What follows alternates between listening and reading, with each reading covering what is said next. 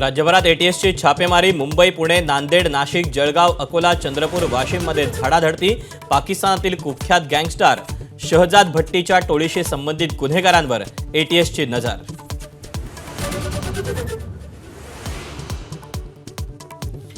सर्व मंत्री आणि अधिकाऱ्यांनी परदेश दौरे रद्द करा. मुख्यमंत्री देवेंद्र फडणवीसांचे सर्व अधिकारी आणि मंत्र्यांना आदेश. पंतप्रधानांच्या आवाहनानंतर मुख्यमंत्र्यांचा मोठा निर्णय.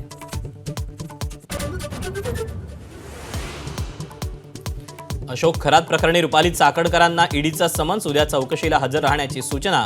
एसआयटी नंतर आता चाकणकरांची ईडीकडून होणार चौकशी.